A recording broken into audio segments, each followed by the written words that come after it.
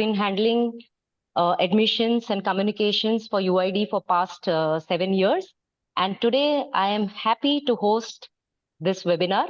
And I'll quickly introduce all the panelists, my very dear colleagues and experts in their domains, starting with Vivek sir. So can you raise your hand? Yes. Yeah. Hi. Vivek sir is our HOD foundation. He is also a sculptor, artist, and educator. Then we have Sambit sir. Hello, sir. He is HOD our communication department, communication design department. He is an architect, a designer, and a multidisciplinary educator. We have Hariesh sir. Hi, sir. Hariesh sir is a faculty member in our interior and special department. He is also an architect, a designer, and he specializes in product, interaction, interior, various domains of design. We also have Professor Mohan Neelakantan. Hello, sir. Sir has been former fashion director at LA Hi. India and NDTV Good Times. He is an expert in the area of fashion and art. So we are all thrilled to have you all here in today's panel. And let's begin the first segment of today's webinar, which is about understanding the various domains of design. To begin with, because design is not one size fits for all field, right? So it encompasses multiple domains and offers tremendous opportunities in various areas. So let's start with Professor Mohan. Sir, tell us about the various areas within the fashion and lifestyle department that students can approach.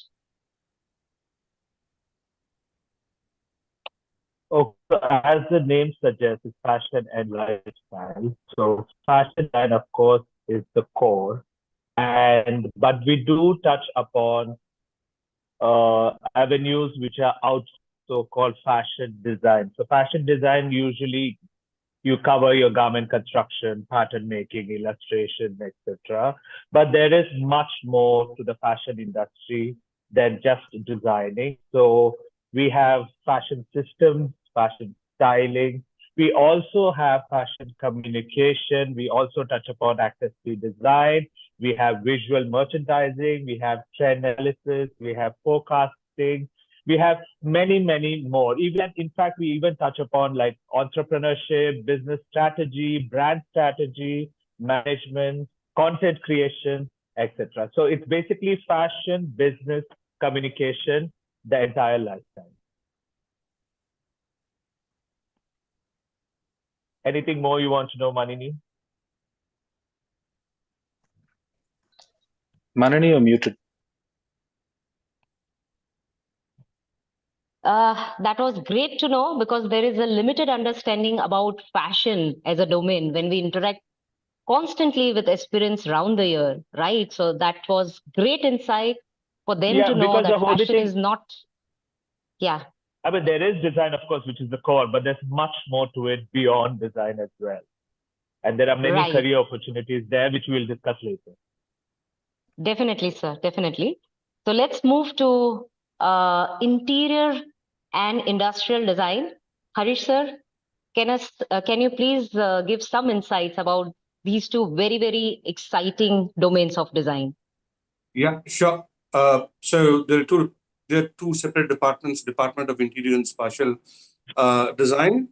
Till now, we've been offering one program as part of the interior department, which is Interior and Furniture Design. But this year, 2025, would be a good year for us to launch three separate programs, which encompasses and touches upon all areas of spaces and space-related furniture that works in it. So the three programs are BDIS, Interior Architecture Design. Second program is BDIS, Spatial Experience Design. The third one is Furniture Interior Design. Furniture Interior Design, as the name says, it is a lot more focused on furniture itself. They look at both furniture for living, work, play, urban spaces, all of it. and there's a lot of Various techniques exploration in in the terms of area of material. furniture, right? Right. Yeah. So, Yes. a spatial experience design looks at experiences, identities, brand, and all of those reflected in terms of space itself. Interior architecture design focuses the space between interior and the city.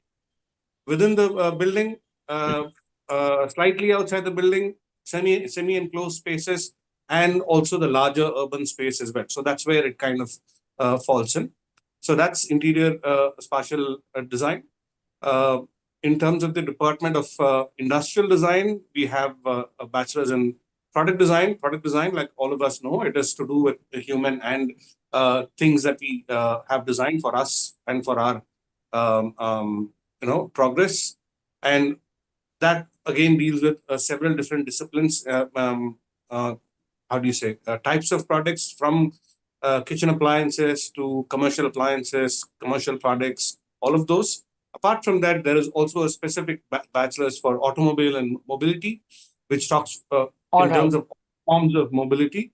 The third one is also on interaction design, which also gets into the integrated program part of it.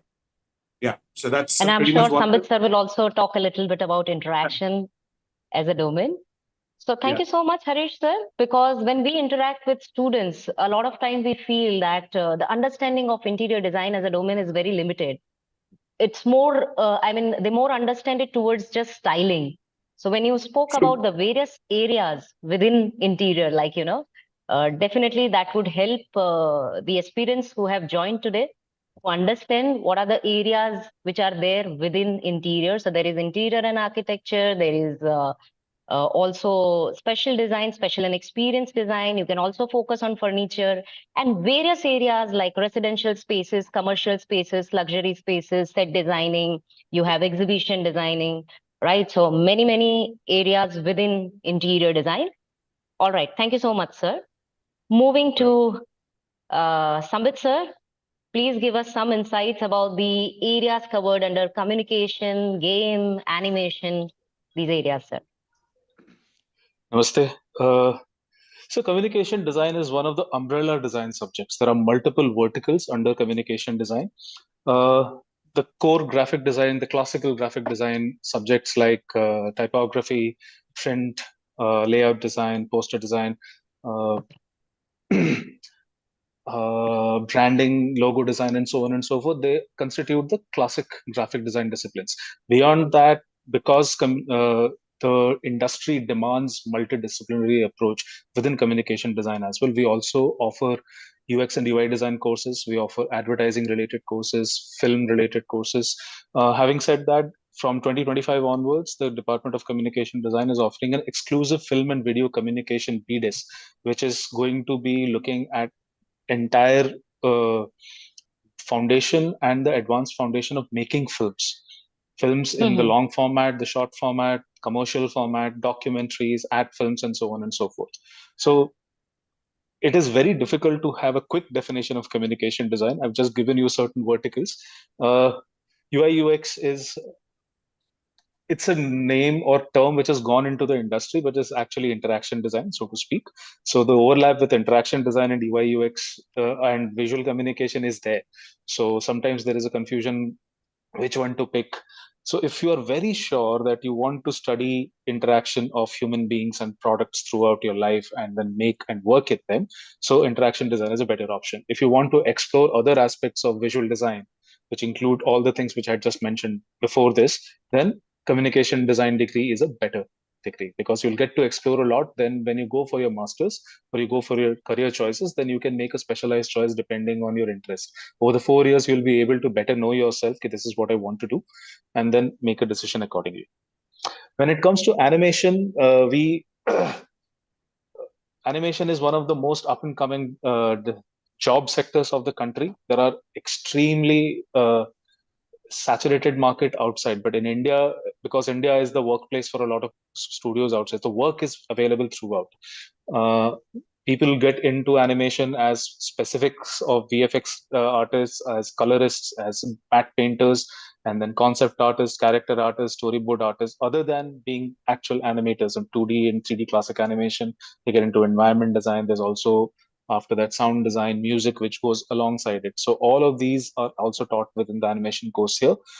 The game design course looks at both physical and digital gaming here. So the very fundamentals of what is a game, what is play, what is game mechanics, game components, and so on and so forth, everything is introduced. How games how human beings have responded to gamified environments, how human beings want and crave recreation and entertainment, and how games fit into that. The gaming industry is a booming industry as well, especially when it comes to digital gaming, PC gaming, and MMORPG games. So it's a huge industry, and we are having an exclusive game design discipline for that, so that all the technical inputs which are required alongside the conceptual inputs are very clearly given during the course. So that's kind of encapsulates everything. Right. We always say that game and animation has always been part of communication design, but considering the huge demand and the growth of the industry globally, now we have a dedicated department where you can specialize or become an animator or game designer. So yes, thank you so much for helping us or giving us insights about communication, animation, and game design domains. Now it's time that we move forward to our second segment. So in the first segment, we could get, insights on more about each domain. What are the areas covered under each domain? Now in the second segment, would like to know more about the career opportunities offered, in various domains of design or further in the program that student chooses. So let's start with Mohan sir. Sir, what are the kind of opportunities that you see are available for aspiring fashion designers? There are so many different opportunities out there. And as we step into the future, there are even more avant-garde and niche opportunities and careers which are shaping up. For example, currently, textile artist has become a very much in demand. There are MNCs hiring textile artists, which is something which, when we were studying fashion, was something which we couldn't even. There was a textile designer, but there's no textile artist. So that itself, so there are new opportunities generating, but there are the fashion designers, of course. There's fashion stylists. You can even be costume designers for web series, Hollywood, Bollywood movies. You can be a fashion curator. You can be an entrepreneur. You can be a fashion creative director. There are a lot of opportunities out there. You can even be a trend analyst, a fashion forecaster, a visual communicator. You can be a visual merchandiser. You can even be a fashion journalist. So once it's kind of like I said, the program is so multi-dimensional that other than fashion designer, there are a lot more career opportunities out there waiting for you. And as the industry grows, more and more new kind of niche jobs are opening up. Absolutely. We don't even know what kind of jobs, are available, career opportunities are available or will be available in next few years. Thank you so much, Mohan sir. In all the domains. All the domains, of course, all the domains. Yeah, all the domains. So moving to, yes. So moving to Sambit sir, what do you think are various career opportunities available in the area of communication, interaction, gaming, animation? Okay, that is going to be a long list. I know that. Yeah. So what I'm going to do is just list down all the possibilities sector-wise. So if anybody right out of graduation of the 4 years of study, they want to get into advertising, they can get in as a junior art director. Sometimes you can get in as a brand consultant sometimes, or you can get in as a assistant director to the entire unit. If you're getting into films, your entry level is mostly assistant director, sometimes in the production design department. If you have really exceptional technical skills, you can get into an assistant editing position, assistant sound designing and sound editing position. So those are, and film has a lot of scope for tech related. So the post-production part of filming has a lot of scope for new hires. When it comes to animation and game designing, there are concept artists, storyboard artists, there are junior animators, 3D modelers, matte painters, environment designers, character designers. That it all depends on how strongly you have built your portfolio and towards what career you have oriented your portfolio. When it comes to communication design, the predominant selections happen in the branding and packaging sector. A lot of studios hire students from here. When it comes to the corporate hirings, they tend to be in the interaction design and visual design for interaction design sector. So there are two differences. Interaction designers are directly system designers. They're working on UX systems and they're working on UIs. The visual designers tend to work with the UI designers tandem in order to develop visual systems for the UI systems. There are also some of my students have become full-time typographers, which is an extremely rare thing these days, but they had an extreme drive to just work in letter forms, and I really appreciate that. We have had students who are working in print design, in studios who design books, who design publications. We also have students, some of our students are working in some of the best corporates. So there is Google, Accenture, Deloitte, and places like that. Other than this, we have had entrepreneurs. We have had a lot of my students coming back as teachers and educators. So design education is a huge career option for everybody. However, get some experience before you try to get into design education, because that is always helpful. Yeah. All right. Thank you, sir. Before I ask the next question to Hariesh, sir, here, because we have a lot of students around the year who always have this dilemma, what is UI UX? Because we say UI UX as a part of product design also. We say UI UX as a part of communication design also. And when we say if you are inclined towards UI UX, interaction is the program. So just for our basic understanding, if you can give one example.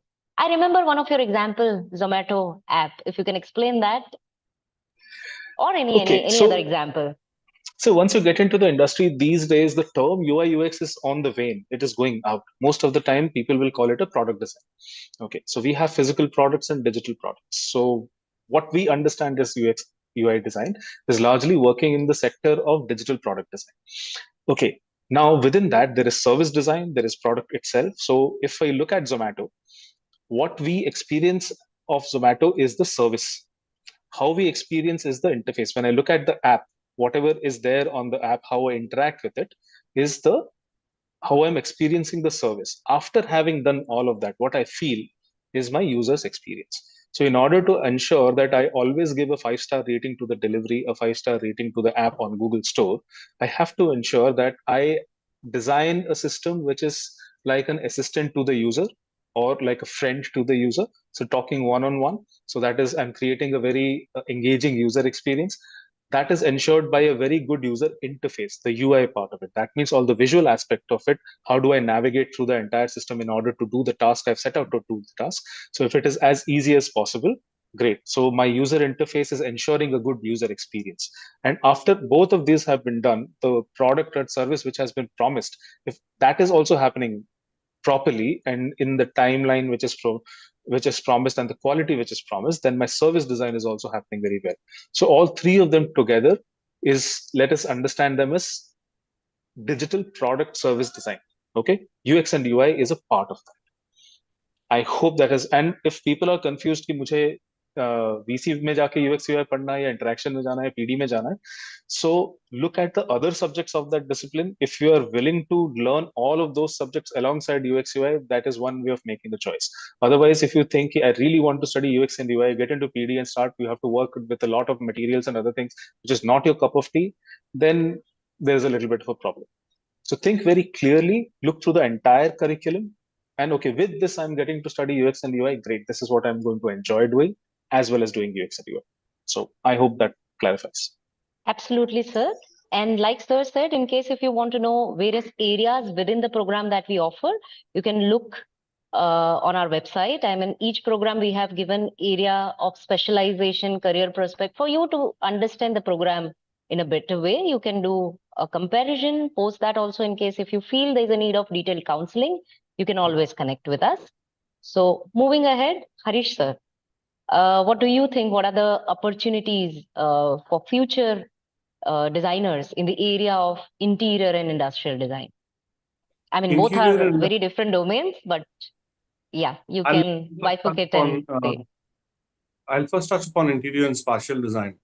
As such, I think it's interior and spatial design is more entrepreneurial in the way it actually works, and you can work individually or in groups or in teams to actually realize a project.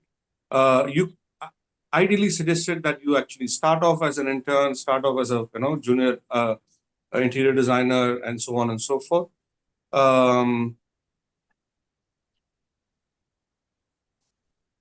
Yeah, so that's the way to go if you're an interior designer. So for product design, I think there's a lot of avenues and opportunities in terms of companies, corporates, or in terms of other multinationals which actually work on both digital products and physical products that they actually work on. So the options are pretty wide in terms of product design, automobile mobility, or interaction design. In terms of interior design, it's a lot more individualistic. There's a huge market for bespoke furniture that's coming up. There's a lot of furniture exhibitions propping up across India. Furniture has become quite a large area for concentration in itself. So that's the way to go. Yes, sir. Thank you so much Also, for giving just us to add to insight. what Sambit was talking about in terms of interaction design, the Yes. core of interaction design is not necessarily UX UI. UX UI or UI UX is just a interaction design. Interaction design works on 5 different fronts where you have interaction with human and environment, human and space, human and fashion, human and technology, human and product. So there's several verticals within those, and the digital products is a small area where of human technology interaction or human product interaction that actually happens. So people who are looking at interaction design, uh, it's a whole new world which is very different from products itself. Which is a lot more evolved, a lot more where AR VR gets into as well. So there's a lot more of interaction that happens over there. All right, sir. So before we move to our next segment, just a general question for all the panelists. In case if you want to share any of your students' achievement, like real life experience achievement from your department, please go ahead. Okay, I will never leave that chance. Yeah. Yes, sir. One of our alumni startup, created an AI-based startup, and then he has now, based on that, he got an invitation from the Stanford Seed Program, which validates any startup's business value and market value. And through them, if there is a possibility, if they get selected, then Stanford seeds them further. So he got selected in the Stanford Seed Program, and from there on, he has now successfully sold it to another company for a decent amount. I'm not allowed to disclose the amount there. Other than that, as I said earlier, our alumni have now reached the big 5. We have people working in Microsoft, people working in Deloitte, Accenture, Cognizant, and Google as well. We have had other entrepreneurs. Some of them have been funded by our incubation cell here. So they ran the enterprise very successfully for 5 years before they went out for their masters. Our students from the department are now doing their masters in UCA London, RCA London. They are doing it in SCAD USA, Track USA, SVA USA. So all the, let's say, the top 20 the design universities of the world, our students have found their way for their master's degree there as well. This is just a very quick and short list. I think there are achievements across all departments. Yes, I think Hariesh sir wants to share. Yes, please. Yeah, our students going to renowned universities abroad for masters is a common thing. I think, SCAD, UCLA, Royal College of Arts, Domus, Polytechnico, all of these are RMIT, Rhode Island, all of the top universities. Pratt, our students have all been there. They've been there, and what's interesting is a few of the students have started their practice in Australia and in the US as well. There are, and most of them, I would say around 30% of our students from interior spatial design have their own practices. They've all started their practices right now. They're all doing commercial hospitality work. If you look at the Bombay, Pune, Ahmedabad segment, I think they're really doing wonderful work. Two of our students, one of our students exhibited at the Salone Satellite last year. Bhavya Butch, she exhibited over there. It's quite an good platform to put up their furniture work. That's the work over here. Product design students have had their own startups. They've been working on, a couple of them have been working on EV-based startups in Bangalore, EV mobility-based startups. That's what they've been doing. And have been placed in Deloitte and all the other big fives in terms of product itself. Right, sir. So to summarize this, I think I would say that at UID, we kind of, believe in empowering students to achieve their full potential, whether they want to pick a job or want to, continue their academic journey or in terms of startup, right? So there are these three well-planned exits, three departments, which is incubation, our CST, which helps for internship and placements, and of course UWW, United Worldwide, that ensures that we check all the boxes right in terms of globally recognized degrees, higher credits, and complete guidance on ensuring that they get into their aspired institute for their continuing their further academic journey. Interestingly, it's All not right. how where our students are getting placed or where our students are going in for their higher study, but Right. What has changed and what has really made an impact is the perspective in which the universities in the West are looking at UID and our students' work, and the True. industry is actually looking at our students' work, and they want our students to come in as interns. They want our students to come in and join as junior designers. Now a lot of them are in their senior positions right now. I think the entire perspective of how the industry and the academia is looking at UID and our students and our product, I think that has changed dramatically. I don't think much needs to be said on that. Right, sir. Thank you, everyone. Now let's shift gears and move to our segment 3. Very, very interesting, wherein we are talking about the future of design, combining artificial intelligence, emerging technologies, and rich craft. And while I'm speaking about this, I'm hosting this event today from India's most technically advanced AI lab. I'm sitting right at the AI arena. So that's most technically advanced AI lab in India. So moving further, as technology evolves, yes, sir, please give us a demo. When Sambit sir is in the DeepMind labs, I am at AI Insight lab. Some of our team members are at Digital Skill lab. All right.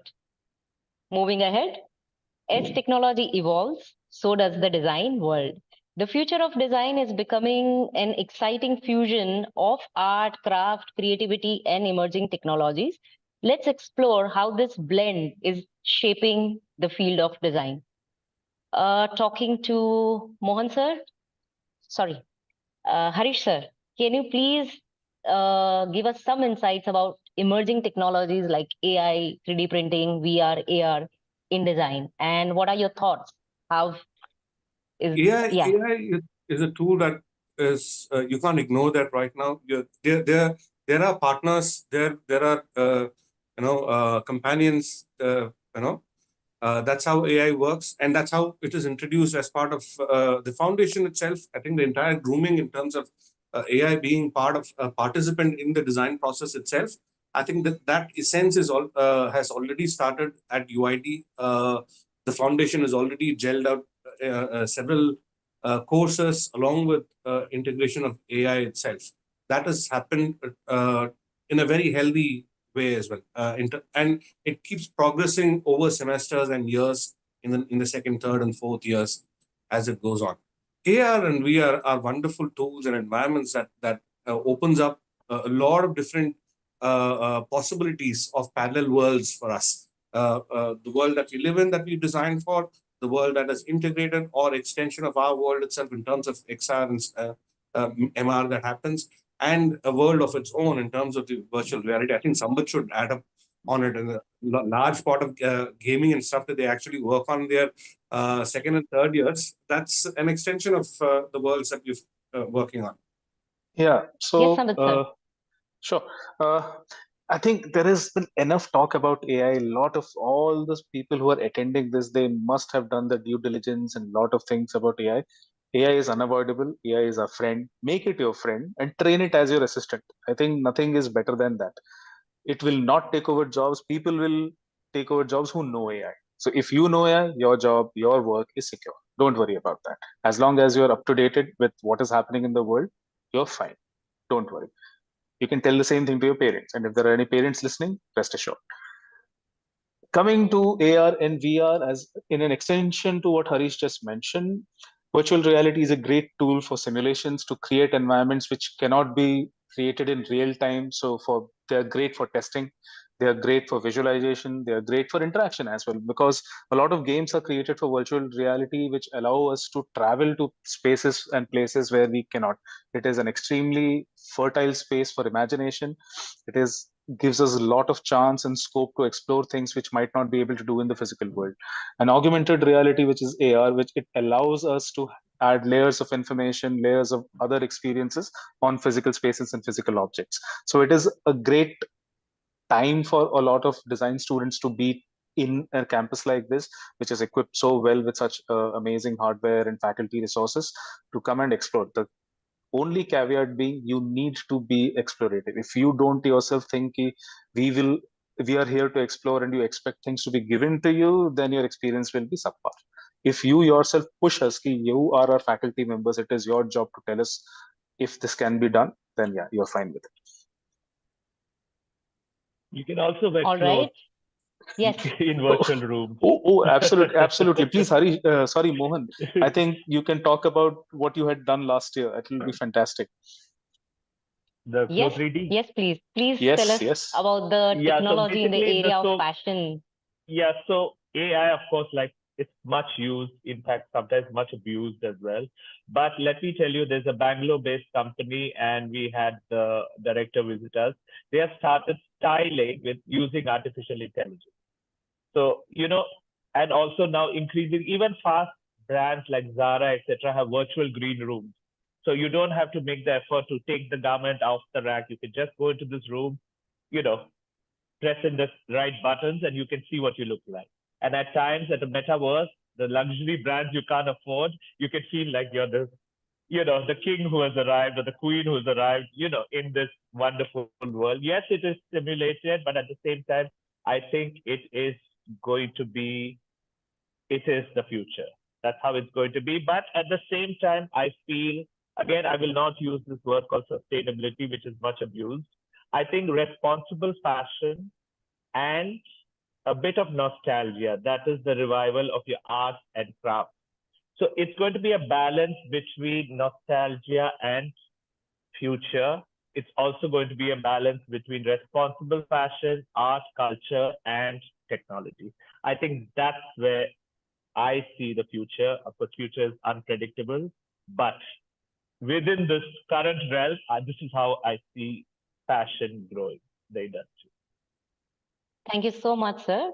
While everyone talk about the emerging technologies, I would like to ask Vivek, sir, who is a artist himself, and he has played a very important role in building and running our Center for Craft and Innovation.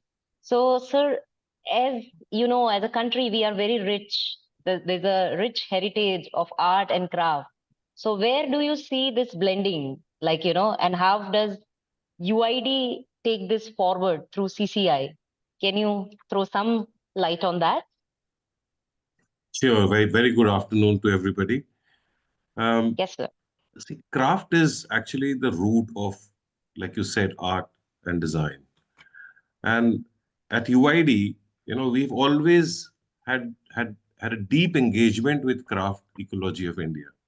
In fact, the Craft Center for Innovation, the CCI of UID, its network, is spreading over 400 artisans. Supported by international standards, technical labs and workshops, allowing kind of immense scope for innovation. And that is how our studios and labs are built, including the AI lab. In fact, many of them who are attending would have been one of those students who have actually been Visited. welcomed by UID in the past. We invite students from reputed international, national institutions for hands-on workshop on craft documentation, interactive sessions with craftspeople, craft design processes, and interdisciplinary kind of understanding is given, traditional craft skills and techniques. In fact, the workshops, it offers insights into very topical themes, which are, kind of from the field of design, along with practical exercises, which students will actually face them when they go become professionals. The workshops, in fact, offer very holistic experience, ensuring the students operate as a professional.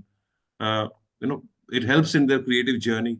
In fact, I believe that traditional craft and design techniques can harmonize with modern technologies that we were talking about just a while back. By blending the rich heritage of handicraft, handcrafting with innovative tools and processes. The integration of craft and AI and IoT technologies kind of helps us to understand the sustainability of materials that we talk about today, the methods of Indian traditional crafts. Uh, it kind of builds a basic understanding of prototypes and swatches and models that our students are doing throughout their journey of bachelor's and master's degree. Uh, it also helps us to preserve and document. Digitization, techniques such as 3D scanning, using CAD softwares, AI-based systems. It helps us to preserve traditional methods and designs for future generations.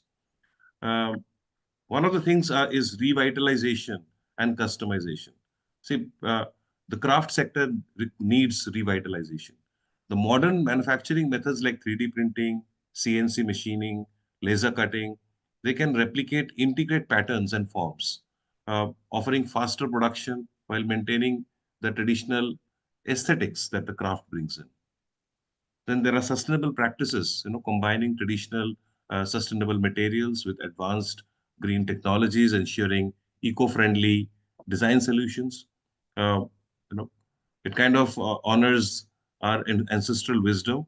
And just like AI has been a part of our curriculum, now Indian knowledge system is also a part of our curriculum, right from the foundation here. Uh, of course, with our diverse programs from BDES to global design, global accessibility is a very important aspect that craft brings in. Uh, we were talking about e-commerce platforms, virtual reality, augmented reality, uh, applications which enable artisans to showcase their world globally. Nowadays, artisans are going across the globe, engaging with audiences in immersive cultural experience, and so that kind of opens window to the designers, to the world. Well, innovation and design, modern technologies, it inspires artisans to reinterpret traditional motifs, patterns, methods we all know. Uh, I think this synergy fosters a very vibrant design landscape where tradition and technology kind of coexists. It creates a unique and timeless products while empowering our designers, our artisans uh, to work collaboratively uh, in the kind of ecosystem that we have made for them. Uh, what do you think? A, a synergy that unlocks unlimited possibilities, I would say, right? I mean, this Right. blend of traditional values, techniques, along with the emerging technology, creates a synergy that opens up like tremendous opportunities. So, In moving fact, ahead, yeah, in fact, actually, one of the best practices which I would like to, highlight is the yes, sir. flagship kind of initiative that we have started at UID, which is called Tattva. Tattva. Yes, yes, Yes, yes. absolutely. I mean, which It's means an element. 80 hours In fact, workshop, right? At foundation level. absolutely. Yes, and it is an open-ended kind of a, comprising of both tangible and intangible, and it comprises of 8 workshops. It engages students collaboratively in a very material intensive and immersive experience. They learn the Right. processes to churn out outcomes from ideation to completion, along with uh, uh, the mentors as well as the craftsmen. The workshops are in ceramic, glass, leather, metal, resin, stone, textile, wood, whichever stream they are studying across the plethora of courses that we offer, uh, True. whether from UI UX to fashion to product to interior. All students across disciplines, they work with these different kinds of materials, because nowadays Right. materials really do not kind of dictate what the product is going to be, and that gives a much wider kind of a knowledge base and experience. Um, yeah. Right, sir. We have limited time, but there is a lot to know from you all. So definitely we'll have a series of such webinars that we will, disclose soon. For now, moving to segment 4, wherein we are going to talk about the role of Design Institute in shaping careers, and especially when it comes to design, because design education plays a critical role in shaping, future. Choosing right institute is very crucial here. So let's discuss on how UID prepares students for successful careers in design. I would like to invite Hariesh sir and Sambit sir to talk more about our curriculums, facilities, mentorship that prepare students for real world challenges. Good. Good. Harish, please. Okay. Um, First and foremost, for a wonderful design school, is a campus that is required. You need to create an environment that is actually nurturing. That's the first thing. You need to be comfortable in that environment. You need to be free to inquire, free to seek, free to search. In that environment, the environment shouldn't be restrictive at all, and I think that's that first primary aspect. The second one is the curriculum in itself. Is a curriculum talking about existing opportunities, existing products, existing practices in design, in the first initial years? Then is it in the middle years? Is it talking about emerging or evolving practices that is there? And when you go into the final semesters, they should be talking about emerging technology or emerging practices in design in itself. Does a curriculum actually satisfy and talk about existing, evolving, and emerging practices in design? And our projects revolve around all of these? That's the second thing that you should be looking at. The third one, the primary one, is who are your coaches? Who are your mentors? I think that's really, really important. And I think UID is, I've always been amazed the way it actually handpicks people and makes them, empowers their coaches and mentors in terms of giving them a free hand in terms of what you want to explore with the studio and the projects that are given to the students itself. Um, um, uh, I've probably not seen so many practicing designers, hopping in and out of the campus. I think that by itself is a huge energy that brings in to the campus and to the curriculum and the program in itself. That's the third one. The fourth one are the students. I think that's the characteristics of students that actually come in.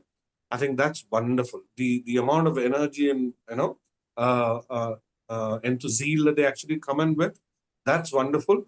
Even if 40% of the student are not able or not in the zone, the rest of them actually pull them up because they see so many performing projects happening all around them. The bar automatically rises. And I think four really important aspects, four pillars for me at least. Sambit could add. I think Harish more or less covered the entire thing.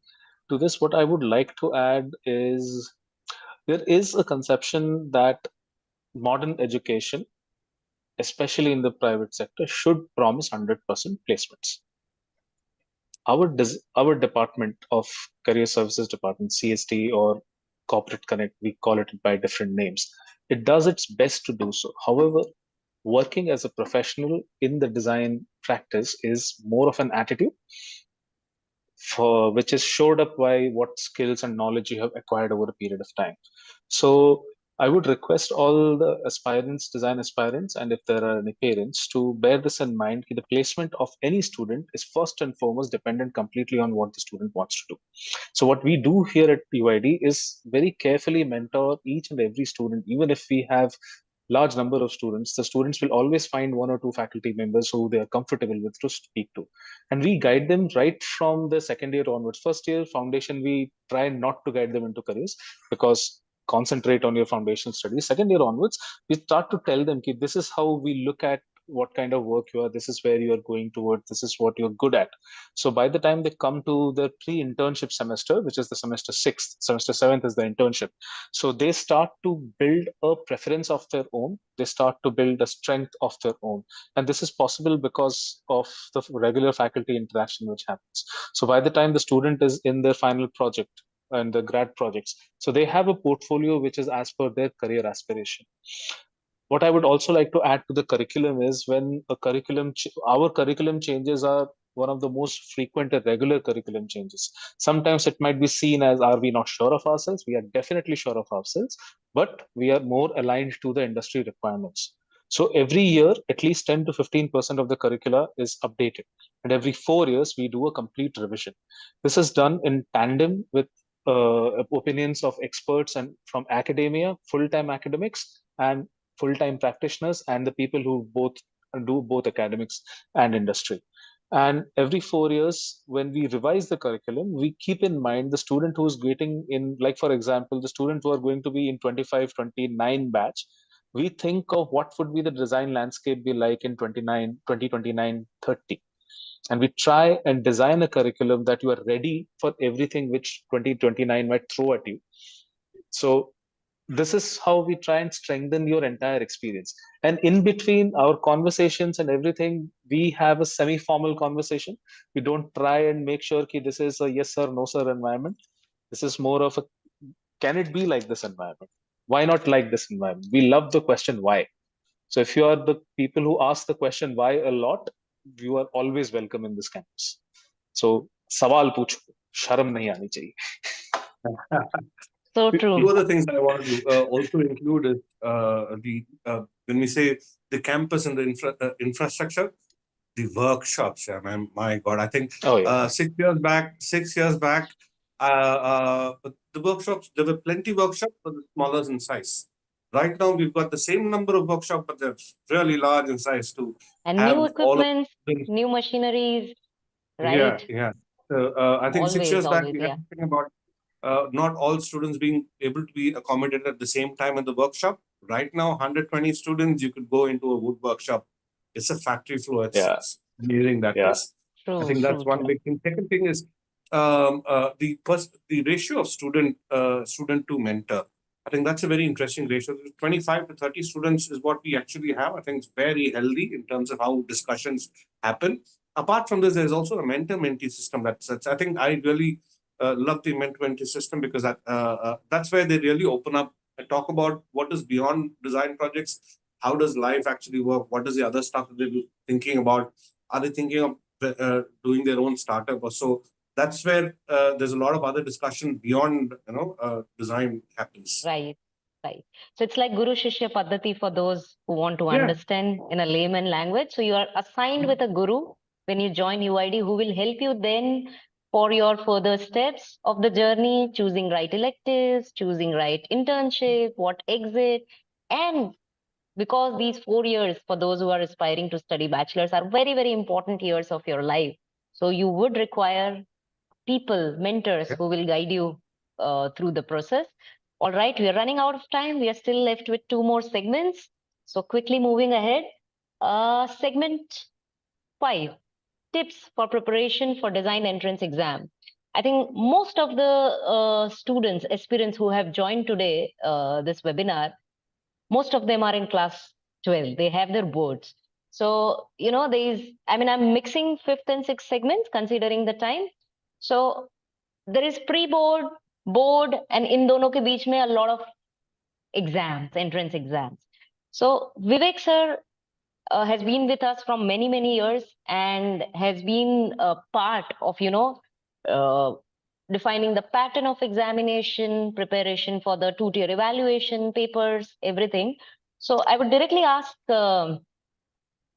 Vivek sir, any tips that you want to give to all the aspirants who are preparing for entrance exam for various design institutes, and especially UID? Well, the first thing I would like to say is that do not panic. Yeah.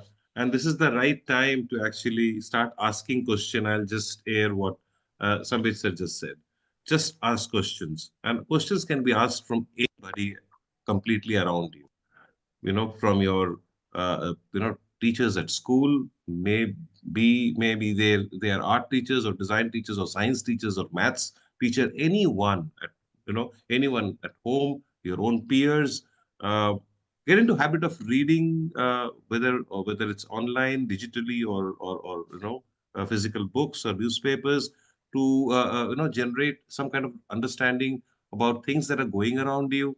But to begin with, I would just like to say a few things about the pattern of the examination, wherein there is the general ability test and the creative ability tests that happens in the tier 1 and Tier the 1? tier Yeah. yes, yeah, tier 1 So the and tier 1 for UID is design aptitude test that sir is talking yes, about, which has two yes, parts, general ability and creative ability. Yeah.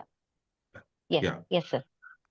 And so the general ability test, this kind of assesses your communication ability, your comprehension, uh, quantitative ability, and a bit of analytical and current affairs. That's why I was talking about, reading things about general knowledge will give you an idea. And I think Gen Z is very much there to crack this kind of general knowledge. They are completely aware of things that are around happening, because they are carrying the newspaper in their hand always. The books and newspapers are always in their palm. Yeah, this is the format is different, and they're much quite aware. So that part is absolutely not a problem. Uh, the part 2, which is creative ability test, yeah, it assesses the creative thought process, the critical analysis, the design problem solving skill, their interpretation to expression, visualization, how do they represent what they are visualizing. So that part is something that comes with regular practice if they continue to do that. But there are certain myths attached to it, and those myths are that you have to be fantastic in drawing. Now, I'll give you an example. You know, uh, say, for example, the situations that came some 5 or 10 years back would be, there is a milkman who's there. Can you draw a picture? The milkman is delivering, or the newspaper guy is delivering. Today, maybe the situation would be a Amazon porter or somebody is delivering something. Yeah, and you have to create that picture. So, thing is that there are, we receive various kinds of outputs. One of the output would be just focusing on that person carrying something, and there's nothing else, and that is drawn very very much in detail. Yeah. The other aspect, things that we receive is that it is a well drawn, not in detail, but a lot of environment is there around it. So which kind of creates a kind of context, and that is why we say a picture says 1,000 words. So if we can, this is what is required, that how well you observe things around you, and not just focusing on one thing and trying to improve your drawing on only one aspect, rather than encompassing the environment around you, that you understand proportion of each, rather than just making detailed drawing of the face or the hand or the hair uh, of just one figure. So those are the things that actually, if students keep in mind, they'll do wonders. And right now, probably we can, guide them to just focus on that and boards, because tier 2 generally happens later on. And tier 2 has two components. So you have situation test, which is more or less like a studio test, wherein you are given certain situation, materials, and you will have to make 3D model. And you will receive complete guidelines on the evaluation criteria and, on what basis you will be evaluated, what do we expect from you. And the part B of tier 2, which is portfolio evaluation, again, you will be asked to present your portfolios and what do you include in your portfolio. That too, I mean, will be shared with you in due course of time, detailed guidelines. But again, for portfolio, we have a lot of students panicking when it comes to portfolio. So we generally say that the portfolios that we expect right now are basic portfolios, right? So not to be worried in terms of I'm going for interior design, so my portfolio should have show the strength or skill sets related to interior designing. So any tips around this? I mean, any of you can take. Yes. I Yes, think yes, Vivek sir. portfolio is a reflection of the student. It's Right, your own right, reflection. It is nothing to do with what exactly what you want to learn in the college, but what are you as a person?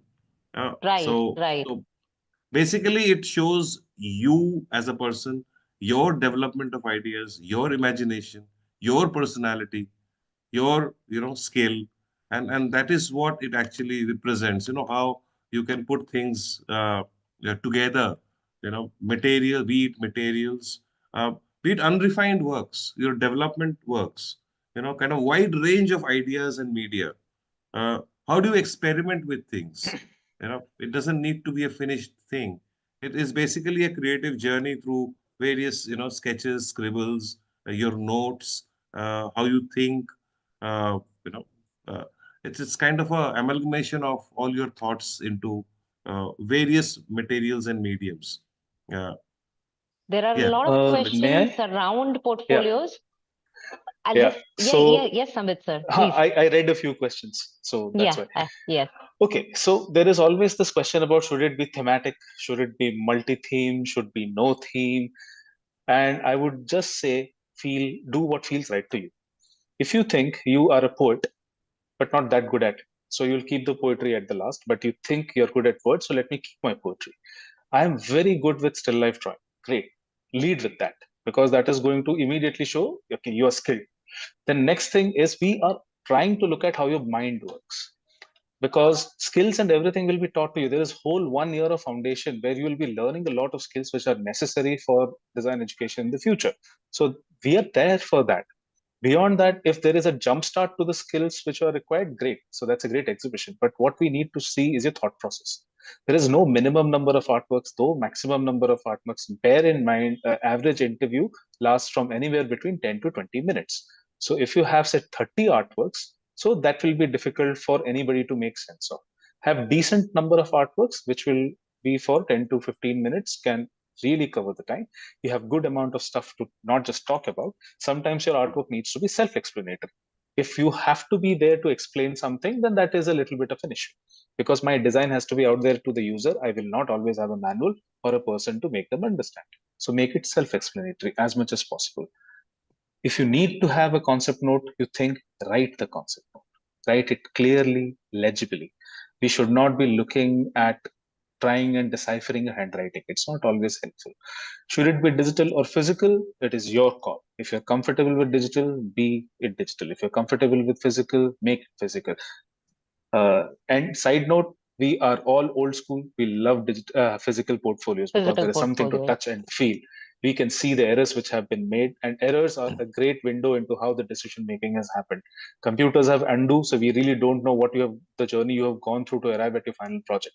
But if we have something seen by hand, the errors and eraser marks and other things are there, but this person has worked really hard to achieve this. Great. So, and all of us have very different views of what is good, what is bad, what is great.